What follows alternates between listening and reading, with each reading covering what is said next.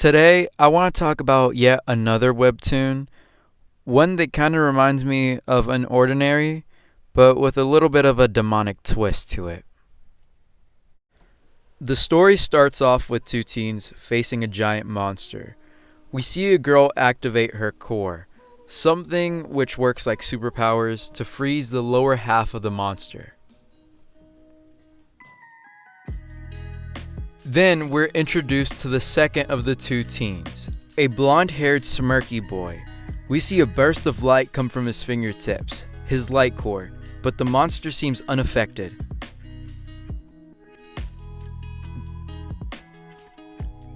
Yet, for some odd reason, he tries it again, like if the second time it was actually gonna do something, but nonetheless, he does.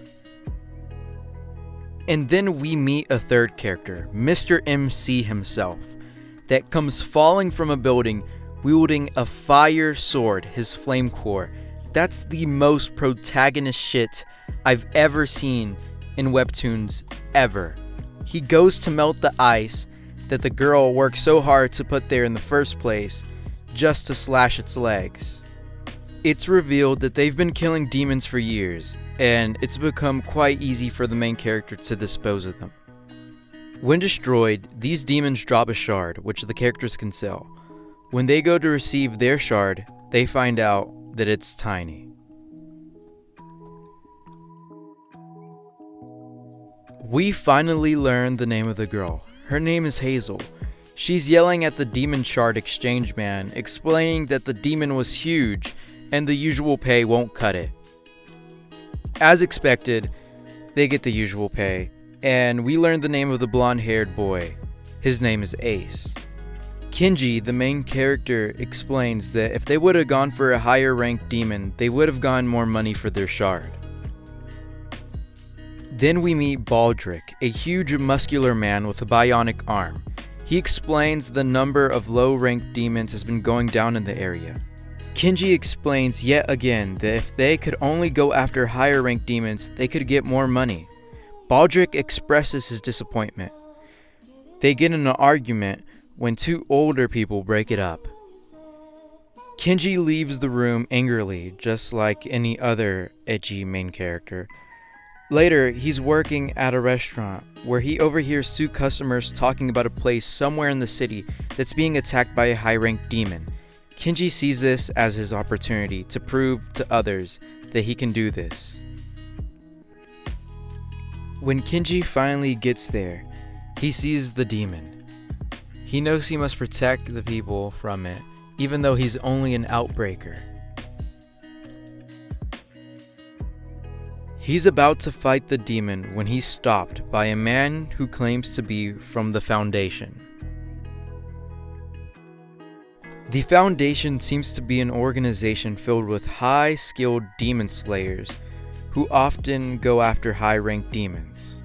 He makes quick work of the current demon and crushes it. As the crowd cheers, a boy calls out the protagonist for being useless in the situation. A girl comes by and tells the boy that even though the main character only kills low-ranked demons for now, that's still a very important job and they are not useless. The girl says the world needs all the help they can get fighting against the demons. Another girl then proceeds to bump into Kenji, yelling at him to get out the way.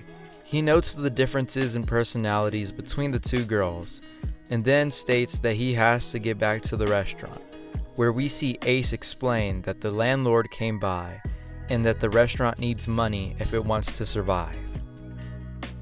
Kenji explains to Baldric again that they do have other ways to get money for the restaurant, but no one listens to him. Baldric then lashes out and explains that he took care of Kenji after his parents disappeared, and that he doesn't want him to throw his life away. Everyone's trying to think of ways to make more money for the restaurant. Ace comes up with the idea to put the restaurant mascot, Momo, in a dress. But Hazel says that people usually go to the restaurant for good food, and not for Momo himself. Kenji walks away, and Baldric is comforted by the two older people telling him not to worry so much about Kenji. Later in the night, Kenji sees a high-ranked demon show up on his phone for a little bit and then disappear. He decides to check it out, wanting to prove the others wrong about taking out a high-ranked demon. He decides that there's no harm in at least checking it out.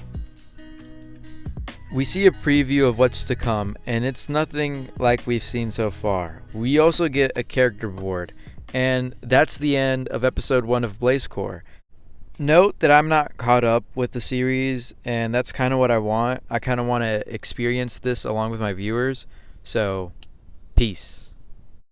Ma'am, this is a Wendy's.